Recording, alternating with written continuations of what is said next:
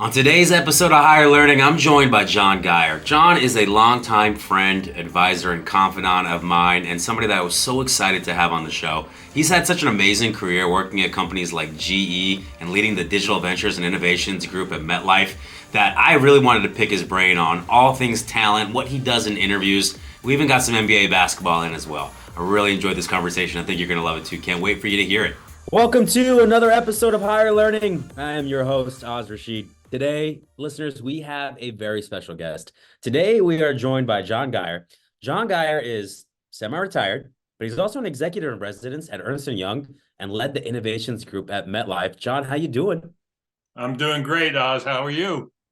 I'm doing well, John. I think we should, be full disclosure here. I've known you for a few years now, and I've always enjoyed our conversations. So I'm really, really looking forward to this. You've been a great advisor for me on all things software, and I'm looking forward to digging in here. So we're just gonna get going. Let's I'm go. fascinated by your career. I always have been, and particularly the turns you took to start to work in the venture and SaaS space. And that's one of the reasons that I've always admired you and always had great conversations. You've always kind of helped open my eyes to things that I didn't know and I didn't understand. But what I don't know that I knew until we just had this pre-pod conversation was that you spent so much time at GE.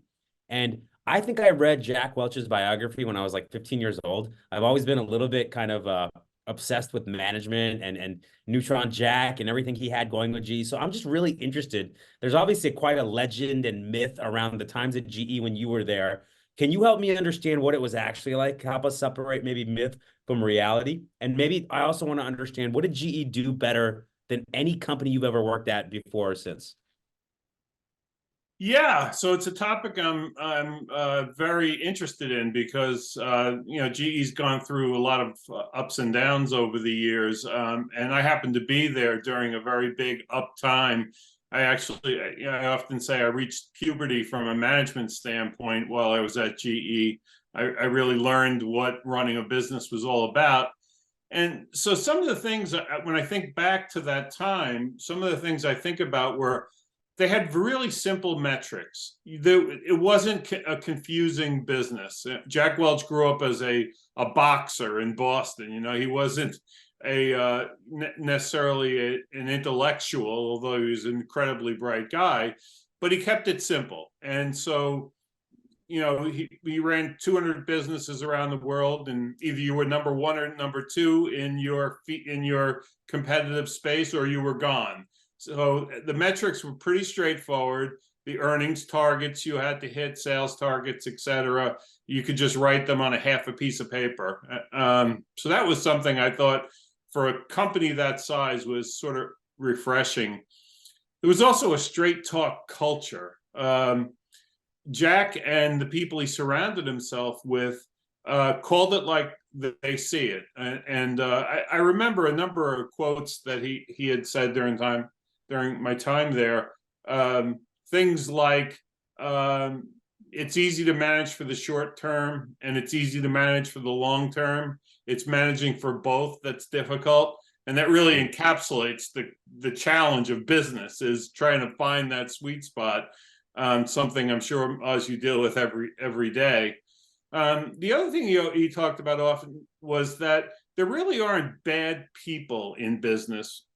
Sometimes there are, but it's really rare. More often than not, there are good people in bad positions. And so he would always have you focus on, do you have the right people in the right jobs? And if not, it's your responsibility as a manager to find that right job for that person. And I really thought that was an important concept, combined with Yeah, let me interject there real quick. There's a yeah, couple of things sure. that you say that and it makes me smile because one of the things that I did in 2024 was I decided to take over some of the most important items here at MSH and the training of them and what it meant. Try to codify and systematize, what does it mean to be a manager at MSH was one of the big ones. And so it's funny because I've read all these principles for so long, and we definitely had a section on how to go into different scenarios and not be too focused on just the short term, because you make one set of decisions there versus the long term, which is also can be its own, web of issues if you're too focused on just the long term. And to your point, threading that needle. is super, super key. And then the other side of it is, in terms of management and getting it right, having the right people is key, but then having them in the right seats on the bus is, I think, the way that he used to frame it is also very key. And that's another thing that you always want to keep evolving on that. And if I look back to any type of, issues that we've had in the past few years, I've realized that a lot of times it's not because we have the wrong person. We just got them in the wrong role and they're not able to do their best work. So I love that. I just had to interject there because I'm so aligned with that. Keep going though. Tell me more. So that actually reminds me of a book that I love. It's on the bookshelf back there, Good to Great by Jim Collins. And one of the first chapters in that book is first who, then what. And I quote that all the time, that when building a team, when building a business, anything, you find the right people who have the right values, attitudes, energy, and then you figure out what you're going to have them do rather than trying to slot people into specifics. I love the first who then what approach. The other thing at GE, they had a lot of respect for a leadership program, for leadership in general. What does leadership mean? And I think many people are aware of the Crotonville facility that Jack built during his tenure there, which was a little university on the campus of GE that you'd go to and learn about leadership and the management practices at GE. And so having that as something that's not just a sideline thing, but you had to go to those leadership programs and you had to pass those programs. So it wasn't like you opted in and did an online course. You went there and you sat and you had the instructors gave you challenges and you worked with teams and you presented out. And what's interesting at the Crotonville facility is when you're sitting in the room where you present out, there's a big window behind you with a heliport, and you would see Jack's helicopter land on the heliport, and he would just right in the middle of the session just come walking in and sit down and listen. And so you had to be on your toes, because it was something that was very important to him personally. The last thing I'll just mention was willingness to experiment. He was an incredibly curious guy, and he surrounded himself with curious people. And GE branched into a lot of different things during my time there, including broadcasting and buying NBC. And he didn't really he saw the management culture and practices as the thread that ran through the company, and not necessarily an industry. They were in plastics, they were in energy, they were in financial services. But he didn't really think about it that way. He was thinking about, I have a talented management team that are ambidextrous. They're athletes. They're not baseball players or soccer players. They can do a lot of things. And he experimented a lot, not just with the businesses, but the business model as well. And I took that away, is even though you're a big, Fortune 5 company, it doesn't mean that you can't experiment. GE was 100 plus years old and it was a light bulb company. I used to always describe it as a 100-year-old light bulb company, but it turned into something very different, largely because of his willingness to experiment. Yeah, man, that's such a interesting thread that you draw there, because if you think back to what you said, which is very famous from Jack, is that we were either number one or number two in the industry, or we got out. And when your inherent kind of thought there would be that, well, then it has to be areas that or areas of expertise, but quite the opposite. He believed in the framework. He believed in the managers. He believed in the people that he had in place, and you could plug and play the industry as long as you had these kind of intellectually nimble people that could pick up on concepts and move quickly. You could have a completely diversified business. And if I think back, I mean, and maybe I'm wrong here, but GE is one of the first diversified businesses I know. When I was young, I remember, obviously, like you said, manufacturing, light bulbs, appliances, but then GE Capital, right, became such a big part of their financial growth. To your point, broadcasting. I mean, they got into all different types of areas that you would have never thought was part of the kind of the GE core. And so I never really thought about the fact that they just looked at the frameworks that they put in place, and the industry was a little bit agnostic, and you could have success in those industries at the level that you're number one or number two. So a couple of different things. So I one day hope to have a MSH university, but we're doing our training and management right now at the level that we're doing it, the relative size. I'm interested in this.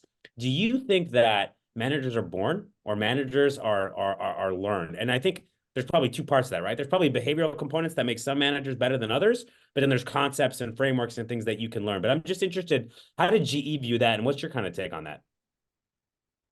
I think people are influenced by their leadership a lot more than they realize. In general, you might talk to the Patriots. I just saw Gronkowski yesterday talking about the culture that existed at the Patriots, and it was all driven obviously by Bill Belichick, right? And it was the same at GE, Jack Welch, and so I don't think people in general realize the extent to which the leader, the CEO, can set the tone and set the culture and set the example, and that people will follow. And so that's a big part, I think, of why GE was successful under Welch's reign, was because of the things I talked about: simple metrics, straight talk, respect leadership, experiment. He didn't just say those things off of a piece of paper. He lived them every day, and he expected you to live them as well. So is it nature or nurture? The question, are you born with good leadership skills, or do you learn them over time? I think more often than not, you learn them over time, and you learn them by working for great leaders. I love that. And I love, I thought you were going to say you bumped into Rob Gronkowski the other day because I know you're up in the Northeast, but, Rob and I are both University of Arizona Wildcats, so bear down. And we had a little bit of overlap. And I think your point is spot on, because Rob is a guy, from everything I knew about what he was about in college, even what we see of him on TV, he had gone to, say, the Browns or the Lions. I mean, the Lions are good now and the Browns are good now, but they didn't have good programs when he was drafted. Maybe he's in a very different place. He certainly isn't probably the greatest tight end of all time. And so part of that is going under the leadership of Belichick and the program that they built there. I used to tell people that cheering for the Patriots is like cheering for GE. So that kind of shows how old I am. And then also, but the leadership of Tom Brady and that leadership on the field. So totally agree with you. I do think there's something to, either you get more excited about seeing other people's under you succeed more than you get excited about yourself. That to me is a very natural kind of management trait that sometimes people have, sometimes they don't, right? And then there's great individual contributors, and there's also a great leader of people. And typically the great leader of people, I know for me, I mean, I was a really strong individual contributor for a long time, but as soon as I started building a team and kind of watching them get wins and watching them develop, like for me, that was like way more exciting than any growth I had done. The power of 10 was more than the power of one for me. So I think there's a little bit of a natural kind of behavioral trait there. But I agree with you. I think the concepts and the frameworks and the leaders that you have a lot of times can inform how effective you can be in that space. I want to take a little bit of a different direction. I know you later went to MetLife and you ran their digital ventures innovations group. When you said you worked at MetLife Innovations, I had zero idea what this meant. I had no idea what a CVC was. So I'm just interested, how did you get into this space? Was this something you were doing at GE or in previous companies, or was this a completely new role, new opportunity that you had to kind of take by the reins? So if you look on my LinkedIn profile, under what describes me, it's a person who's uncomfortable with the status quo, and I would say that that's been my whole life, frankly. But certainly my business career, that I just couldn't come into work every day and do things that just seemed dumb, that seemed counterproductive, that seemed poorly thought through. I couldn't accept the status quo. I couldn't accept the answer, well, that's just the way we do it. That's the way we do it here. And so when you have that kind of mindset, you sort of gravitate towards innovation and change. And so that common trait that I had that really, was with me from the beginning, was discovered by the CEO at the time at MetLife, Rob Hendrickson, who began to sort of appreciate the view that I was never comfortable with the status quo. And I'll tie it together with one other thing that Jack Welch talked about, which kind of blew my mind the first time he talked about it. But it was that humans have an infinite capacity to improve, and businesses have an infinite capacity to improve. And when he first would talk about that, I'd be like, wow, that's too weird. I can't even wrap my brain around it. An infinite capacity to improve. But over time, over the years, as I get older, I begin to appreciate that it's true. It's absolutely true. Business, if you go into work every day, you go into every relationship every day and just say, this can be better. We can make this better. And you have that mindset, you can actually make it happen. And at MetLife, Rob picked up on that. And I had worked on a project for him, looking at the operating model of MetLife, and putting together a proposed future operating model. And when that project was done, he came into my office and threw a book on my desk, and it was called Where Good Ideas Come From by Stephen Johnson, which is, I would strongly recommend the book. I think it's a brilliant book. He's a historian. He's not a business guru, Stephen Johnson. He's a super interesting guy. And in the book, he talks about the fact that we all have hunches about business, certain hunches. We often don't have completely well thought through ideas. We have hunches. And it's the collision of hunches amongst a diverse set of people that really drives innovation. And Rob was infatuated with this idea of how do you create an environment where you have those hunches collide and create new things.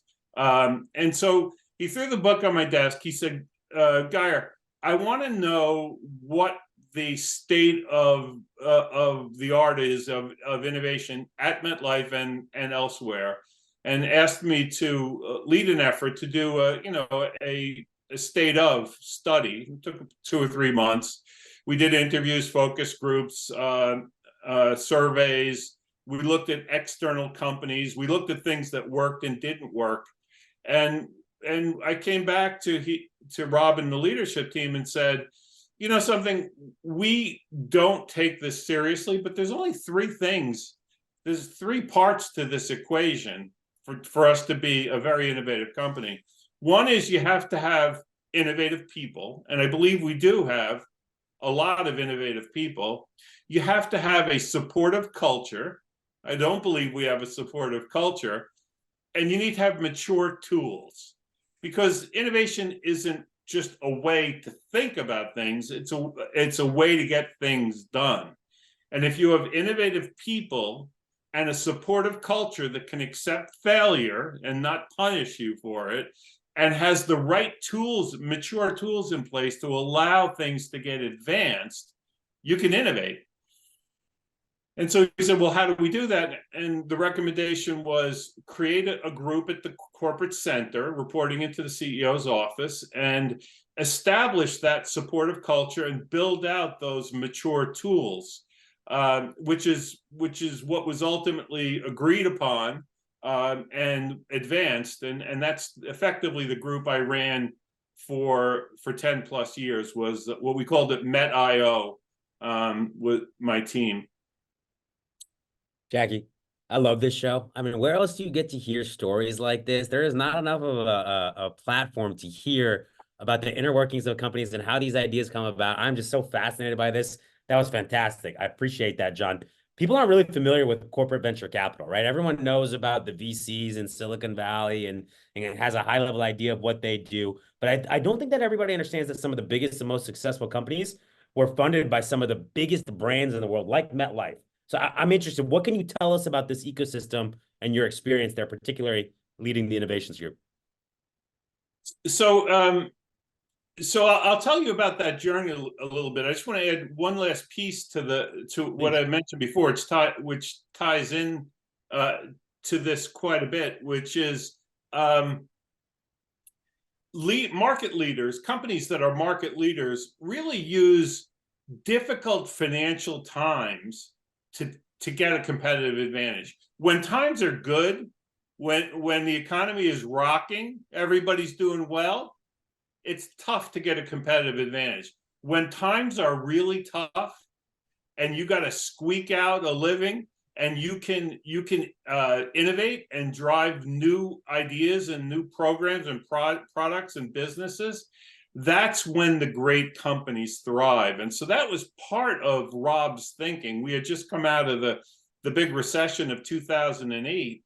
And he was saying, everyone is sort of licking their wounds and ducking for cover. This is our time to break out, which I thought was brilliant. And so during that time as well, we started to think about our investment portfolio at MetLife, which was very large, over $500 billion, and think about how we could diversify it to get more attractive returns on the investments without putting our policyholders' money at risk. And so the decision was made to take a portion of that money and start to invest in alternative investments, venture, private equity, hedge, etc. And so I worked with the people in the investments group, and we identified, I'd say, 20 of the top 25 venture capital firms in Silicon Valley, and we became a limited partner in them. Over the course of the 10 years I was in the job, we took that to be probably $5 or $6 billion invested in the top firms: Andreessen Horowitz, Sequoia, NEA, Scale, Kleiner Perkins, etc. And when you become a limited partner in those companies, you get a front seat, you get a front row seat in exactly how they're run and what the formula for success was. And when you do it across all these leading firms, it gives you a really unique perspective on how these things grow. So we did that. We invested that money. We enjoyed very attractive returns during that period of time on that investment, but it also gave me and my team access to people that we ordinarily wouldn't have access to. But one of the things I learned through that process was that there is a ecosystem in Silicon Valley that's unlike anything that exists in the world, and I think a lot of people know that. And again, books have been written about that, et cetera. And so companies that form their own venture capital groups who think they're going to compete with Andreessen Horowitz are very often sorely mistaken and don't enjoy the same kind of returns. In fact, I think I read an article in the Wall Street Journal a few years back that said, if you looked at the net returns of all the corporate venture capital groups over the last 10 years, the NASDAQ outperformed them.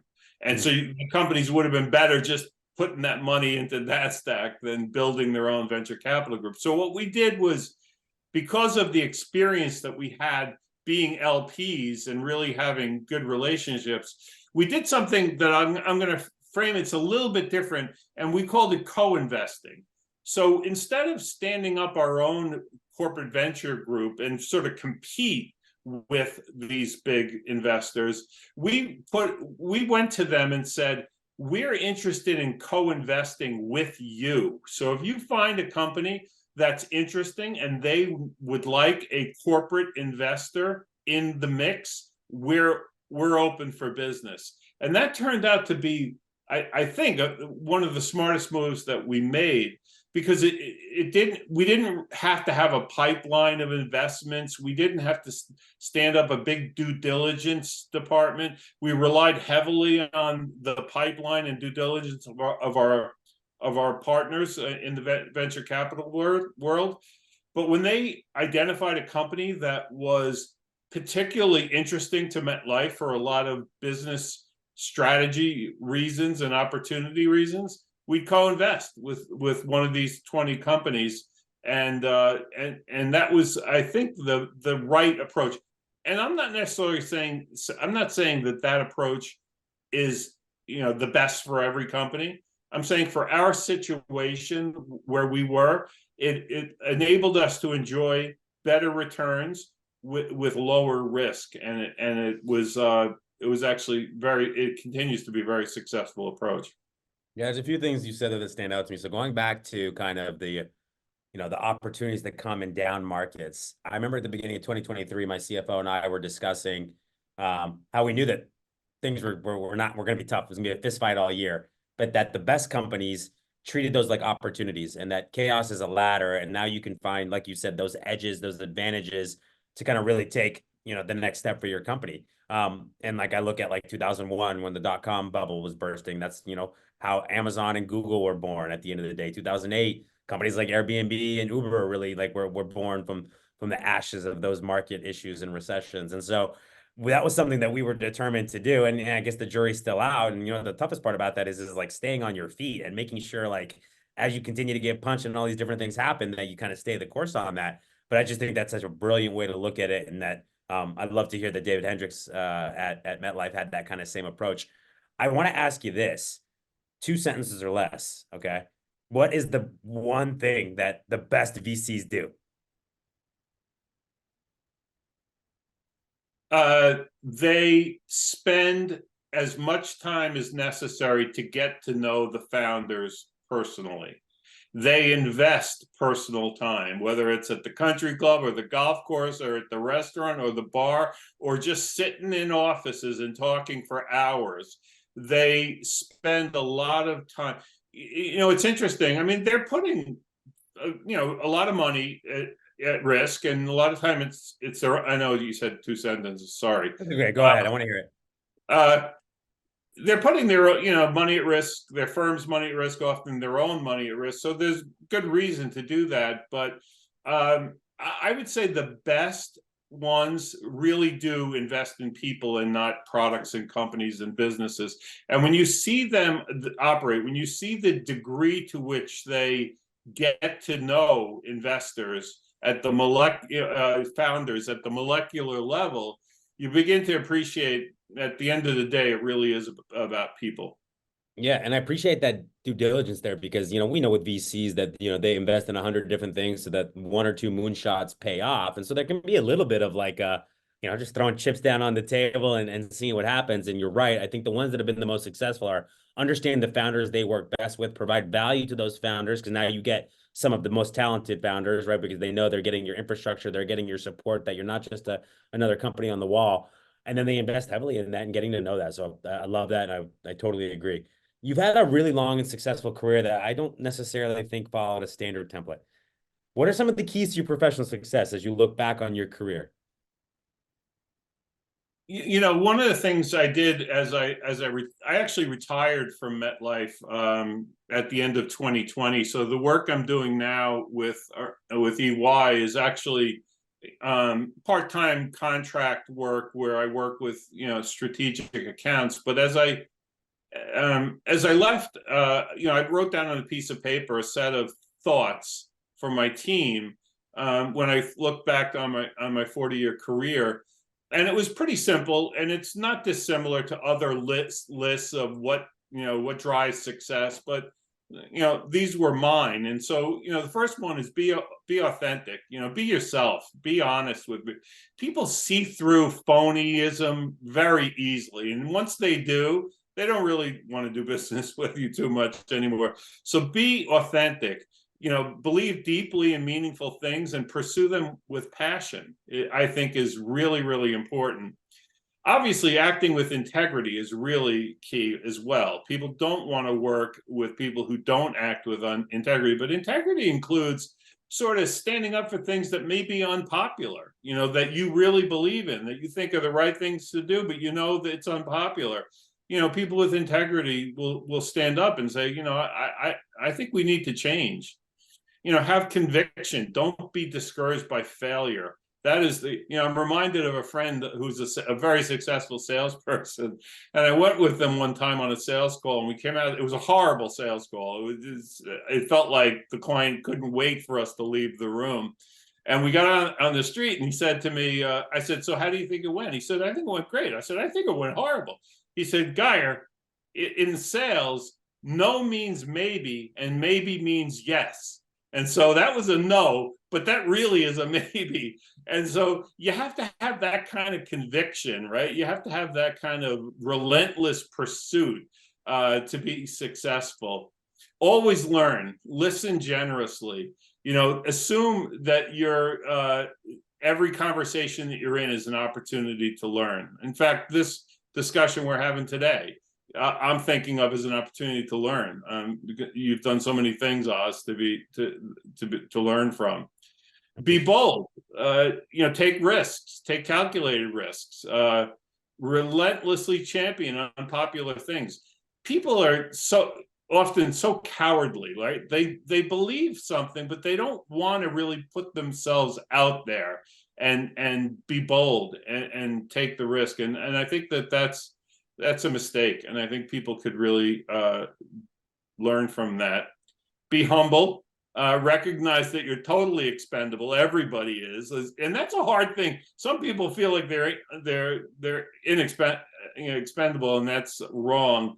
But always assume you're the dumbest person in the room. I think that is the most important thing. If you go in and assume you're the dumbest person in the room, you can't help but come out be a little smarter. Last one is just have fun, smile, laugh, and make other people smile and laugh. So those are the seven keys to success from the Geyer Book of Management.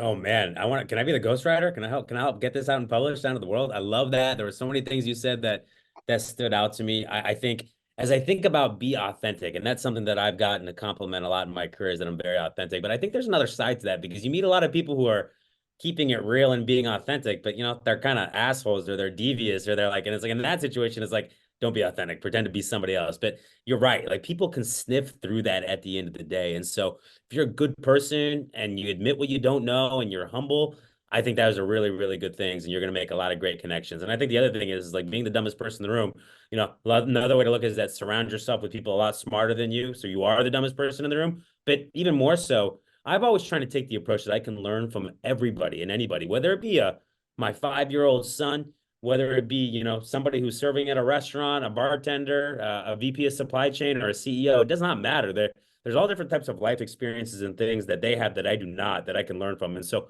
when I've always gone into it with like wanting to learn and having a thirst for knowledge and realizing that everybody brings something unique and different to the table, I don't even actually like the term smart or intelligent because when I think about that word, it's such a basic way of framing how our minds work. We all have areas of expertise. We all have things that we stand out in. And I could go pull somebody off the street and they would tell me something about a subject I have zero idea about. And in that way, they're smarter than me. And then quite conversely, there's people who like are amazing at like trivia and Jeopardy across a whole bunch of different areas, but aren't necessarily always applying it for the betterment of the world or themselves. And so I just think that this idea of go into things knowing that there's so much to learn and so much opportunity there has always paid off for me. And I think that's one of many great things you said there. And additionally, having fun, which we are doing right now. So Right. I want to move into the learning questions because I want to make sure that we get into those. And you've done a ton of hiring in your career. I'm actually okay if you look at this from a founder perspective, because I know you've worked with a lot of startups. And if you want to look at it from a founder perspective, I'm okay with that. Or people that you've hired.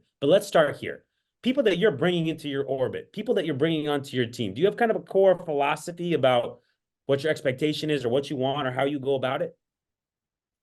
So one of the things and this might not be an MSH best practice, but I'll say it anyway. Over the years, my interviewing style changed to one. Initially, it was, what do you know? I'm characterizing it for the sake of this discussion. What do you know? To how do you think? Like, and so first 20 years in business, whenever I interviewed people, it was always, what do you know? Like, what programming language do you know? What operating system do you know? What industry do you know? What products do you know? And over time, I began to realize that it's much more about how you think.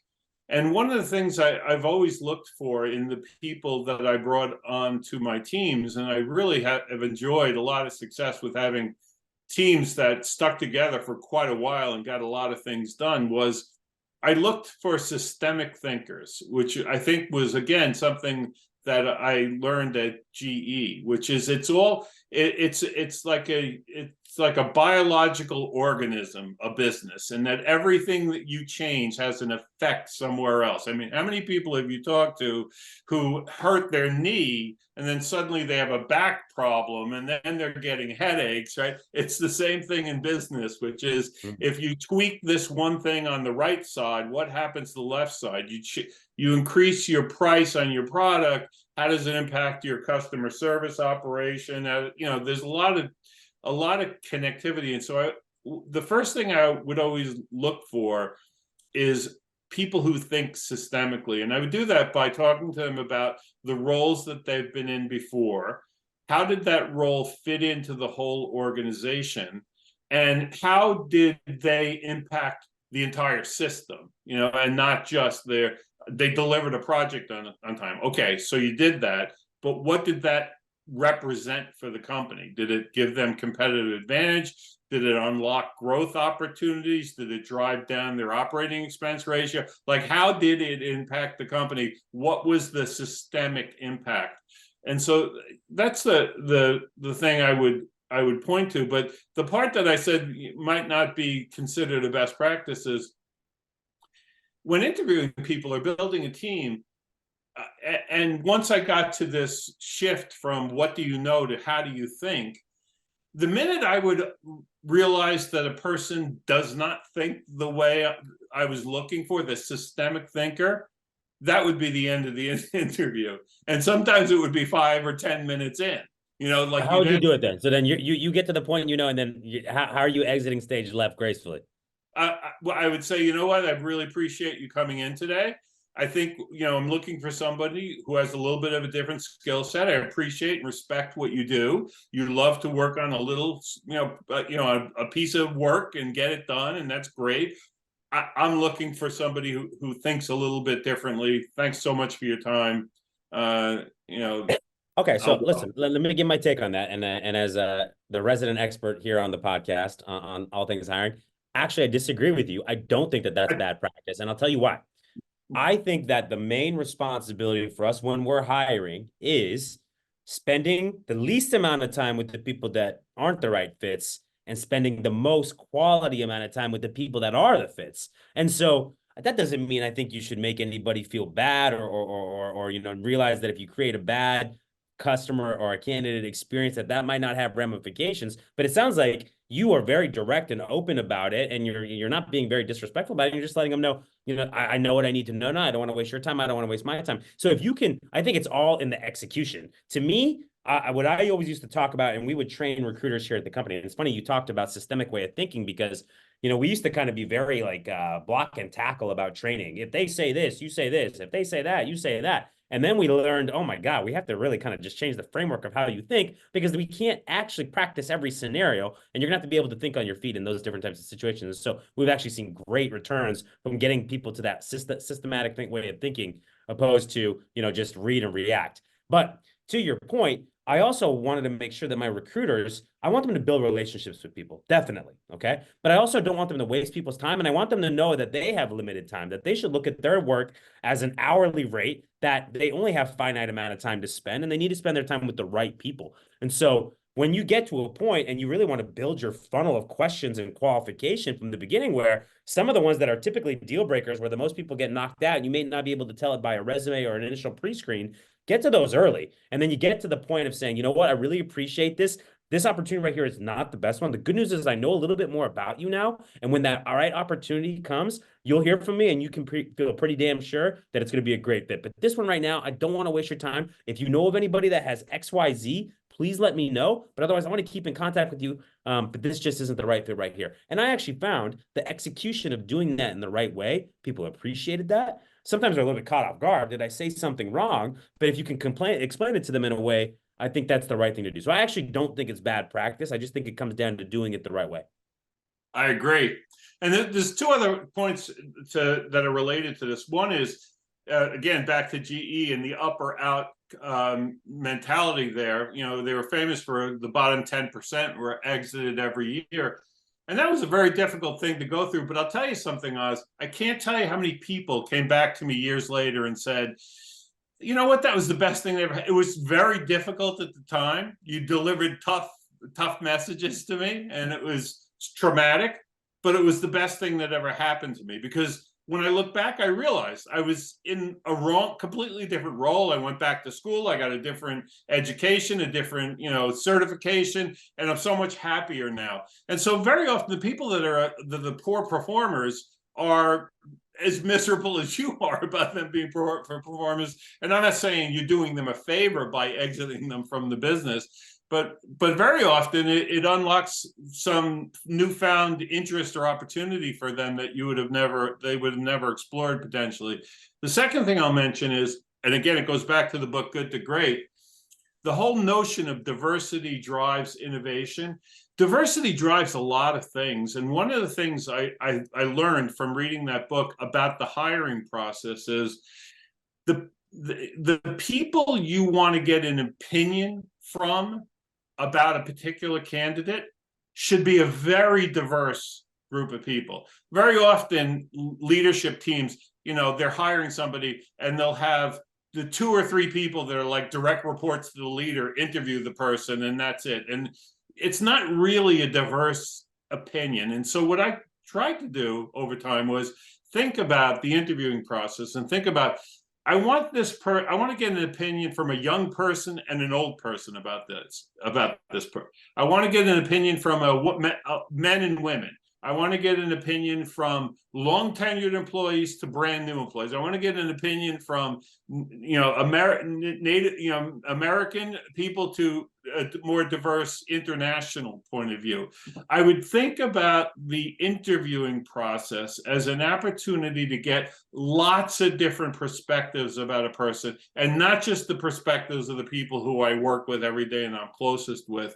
And I found that really sharpened my my talent acquisition capabilities, because those diverse interviews would uncover things about people that I would never even think to ask about or talk about.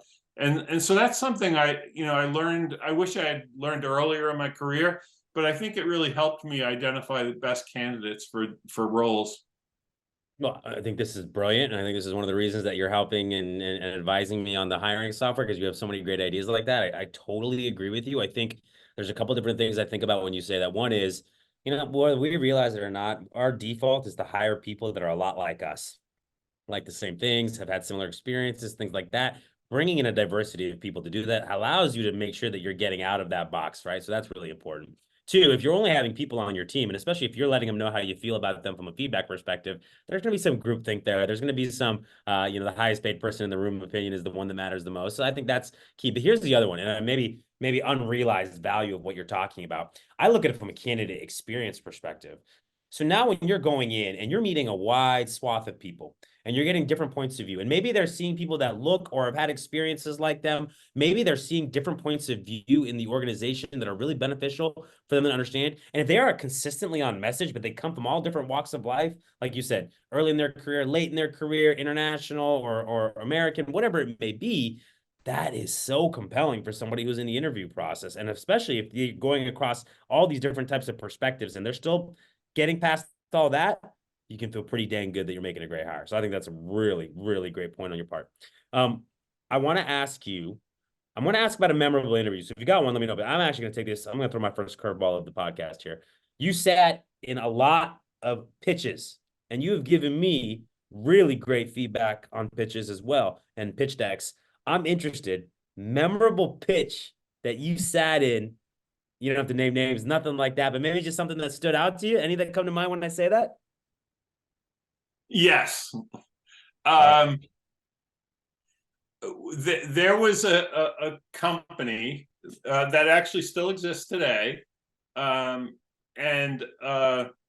they were founded by two guys. One I think was 20 and one was 21, and they started the pitch off to me as a potential investor by saying the following statement, which is, the treatments for cancer today are 100% effective. They're just applied too late. And so that, and they just paused, like these two kids, and I was like, And I said, well, tell me more about that. And so the point was, they had a way of summing up their business in such a succinct, straightforward, clear way that was compelling and got your attention. Obviously, cancer is a very scary thing, has affected a lot of people. The notion that treatments are 100% effective sounds outrageous. But then when you listen to their story, that if you could detect much, much earlier, even pre-stage 1, and apply treatments, they could be 100% effective. And so the reason that one stood out for me so much, because it sort of had a shock and awe kind of aspect to it. It was a little bit like, it really got you thinking about, what are these two kids talking about? Do they have any? Turns out they are incredibly brilliant guys who now are, running a multi-billion-dollar business. Wow. But I don't think I think founders, and actually in the interviewing process as well, people get too hung up in trying to impress you with their background or their skill sets or what they've accomplished, and not as much about their vision, about how they think they can change your organization, your company, or the world. And these two kids just like, we're going to change the world. I mean, we're literally going to change the world. And that to me was so refreshing. It was so exciting. I was really moved by it. So that's one I remember. I love that. I'm gonna ask what everybody's thinking right now. Did you invest? Of course. Okay, multi-billion-dollar company. Drinks on you next time I see you. I love that. Love that. Do you have a favorite question you like to ask? If it's in a pitch or an interview, it doesn't matter to me. What's your favorite question to ask?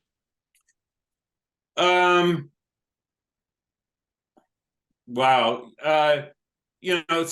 So I generally ask the standard questions, but I try to ask them in a non-standard way. So where do you want to be in 10 years? And or tell me a project that failed or something that succeeded. What are you most proud of? All of those.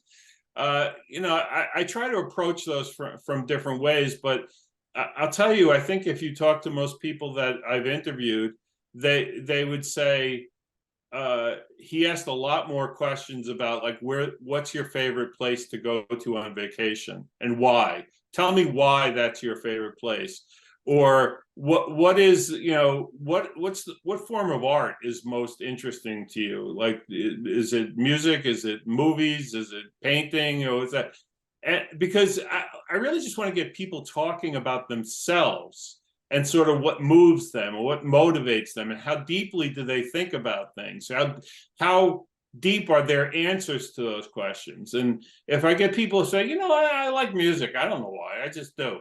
Like that person's probably not going to do real well in an interview with me. I'm going to want to know a little bit more about why. So I don't know that I can say I have a favorite question per se. I think it's a balance between the subject matter of the job itself, but also a balance on the person. I want to know about where they grew up. I always ask, where were you born? One of the first questions, like, where were you born? Where did you go to high school? How did you choose the college you went to? And very often the feedback I get, from later on is, wow, no one really asked me those questions before. But it really comes back to trying to get as deeply into the head of that person as you possibly can. Yeah, I love that. It's funny you say that because when we have somebody start at MSH, we have our all hands meeting on Monday, and we always introduce the new person and we ask them, 4 or 5 questions. And one of them I ask is, where were you born? And how many brothers and sisters do you have? And what are you passionate about? Because for me, what I really want to move away from is this idea that this resume is the be all end all. My LinkedIn profile is my be all end all. Because what really matters is the story, your journey, why you made the decisions you did, how did you grow up? Why did you go to the college you went to? Why did you take this job? Why did you move into this role? Understanding that is how you really can find out people that are going to be the right fit for your company, your culture, the role, and all the above. So I love that. When we all miss, right? We all made hires that were like, oh God, what was I thinking, right? When you miss, okay, is there like a theme that you can look back on or something that you wish you would have done differently whenever you've had like a hire that didn't end up working out? I think it ties back to a lot of the things we've talked about here today, which is not spending enough time understanding, the person themselves, and being a little bit blindsided by the person.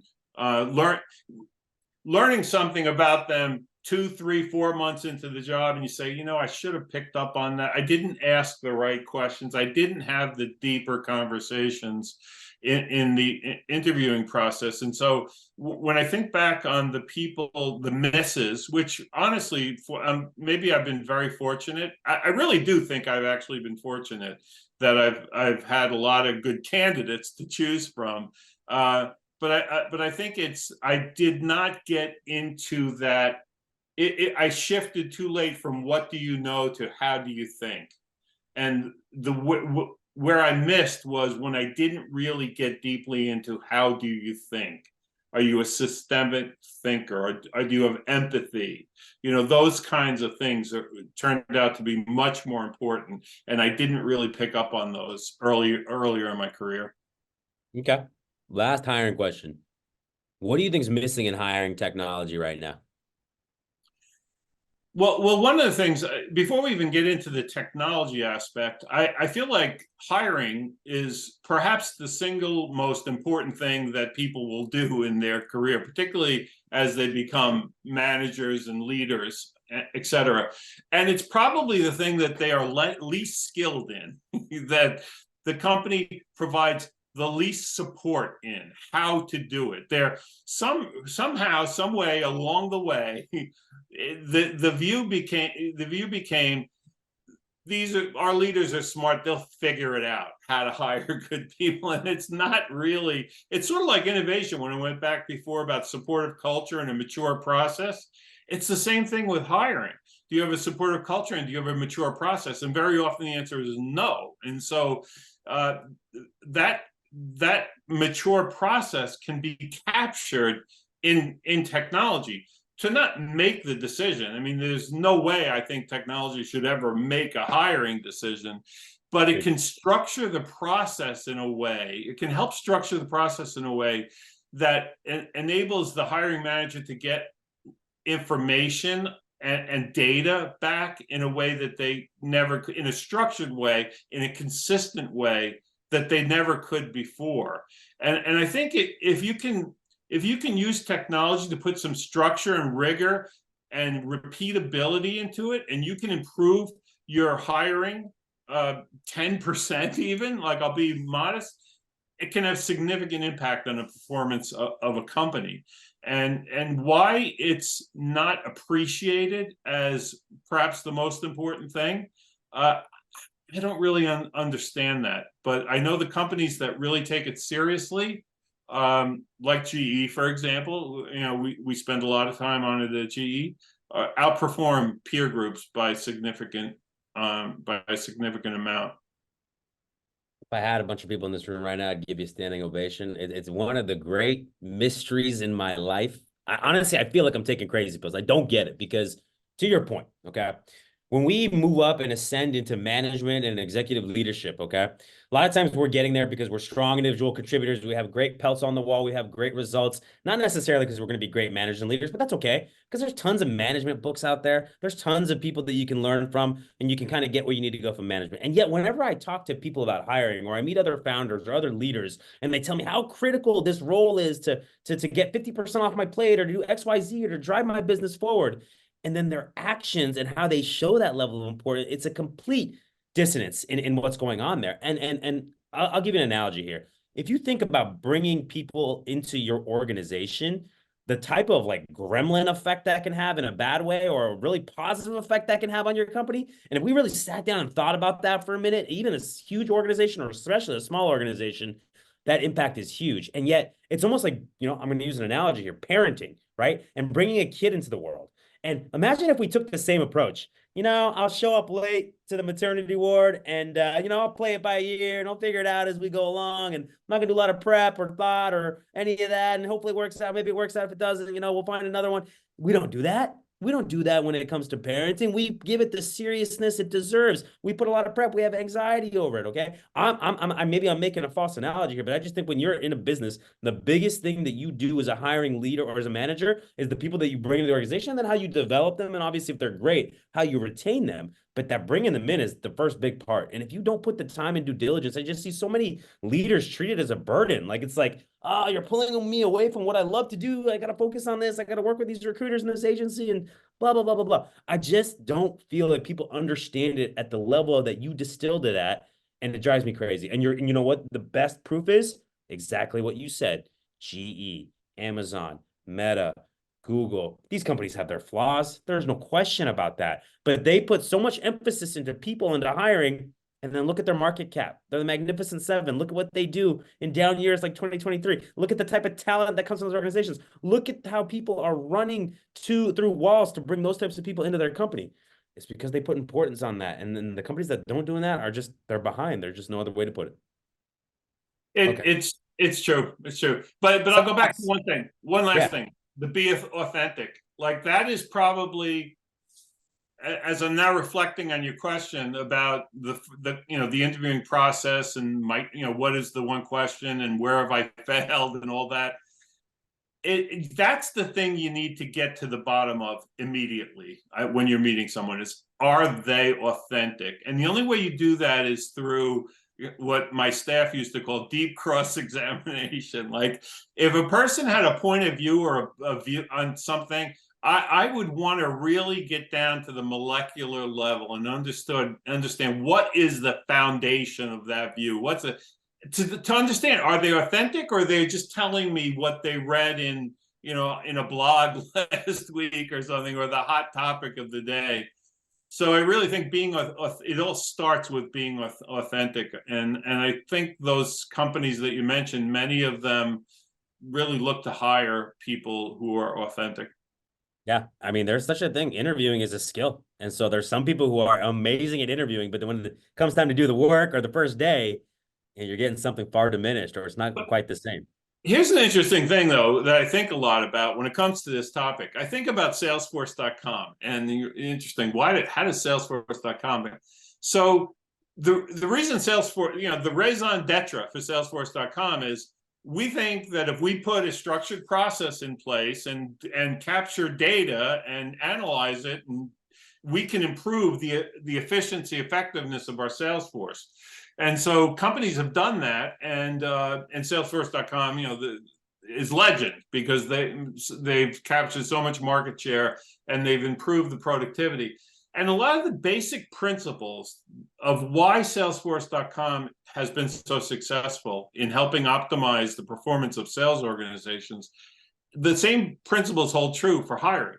That if you can understand it and capture it and do it in a repeatable, consistent way, you can achieve the same kind of improved results that Salesforce.com allows you to achieve for a sales organization. Okay, we're gonna have to And edit this out. You're giving away trade secrets now. Like, come on, you know the deal here. You're absolutely right. You're 1,000% right. Taking that same exact thought process on customer relationship management and the tools that enable you to be more effective at that. That's how you lower your cost of acquisition of a customer. That's how you build your lifetime value of a customer.